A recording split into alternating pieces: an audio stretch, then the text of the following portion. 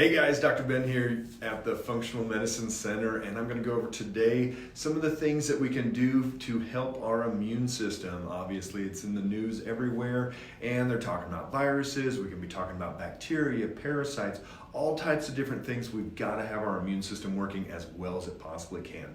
That is the only thing that's going to prevent us from getting virus issues, from getting all these things. So the number one thing that we look at that can cause issues with our immune system and can cause damage to that immune system and not let it work as well as it should. One of the biggest things that we see is blood sugar imbalances. And we know that when somebody eats sugar, that natural killer cells, the cytotoxic T cells, are going to be decreased for up to, get this, 4 hours. So if you get exposed to any type of a virus, bacteria, anything like that, for up to 4 hours afterwards, it's going to have a decreased immune system response. But guess what?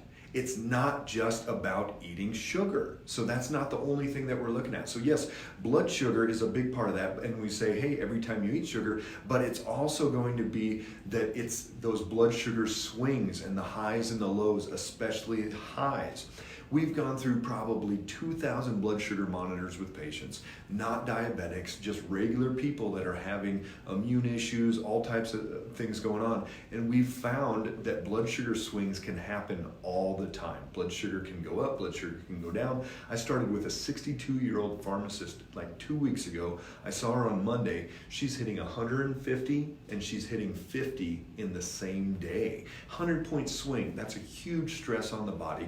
The immune system cannot function as well as it should. When that blood sugar spikes up, even from eating things like quinoa, black beans, spaghetti squash, we'll see it with certain type of vegetables, root vegetables, fruits, all types of things, that blood sugar will go up. It's not just eating sugar. It's not just drinking soda. It's not just doing these things that we think about with sugar. It can happen with lots of different foods. And that's the whole reason that we use the blood sugar monitor, because most people do not know.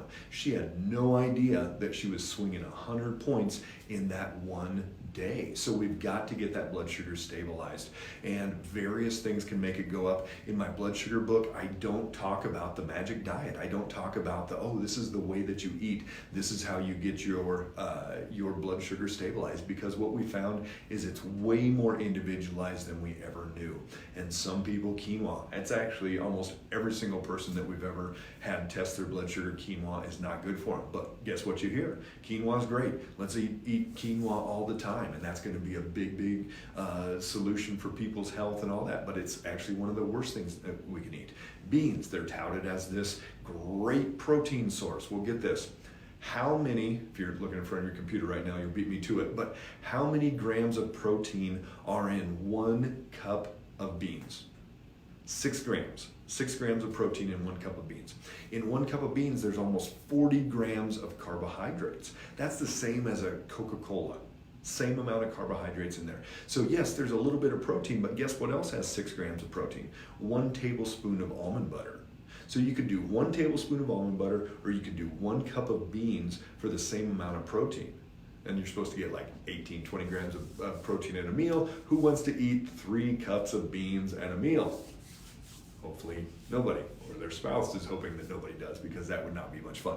So we've got to individualize it for what we're looking at with that blood sugar stabilization. That's why we use the blood sugar monitor. Make sure that the foods we're eating are not spiking and dropping us through there. So blood sugar swings are one of the biggest things that are going to be throwing off our immune system. With autoimmunity, we say every time that blood sugar goes up too high, every time that blood sugar crashes down too low, we rev up that immune response and we destroy more tissue.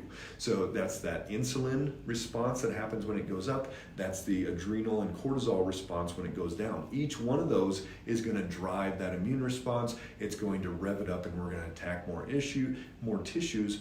Anytime that blood sugar spikes up really high, that glucose goes up high, whether that's from sugar or from banana or quinoa or whatever it is, it's going to rev up, and it's going to decrease what are called our natural killer cells and our cytotoxic T cells.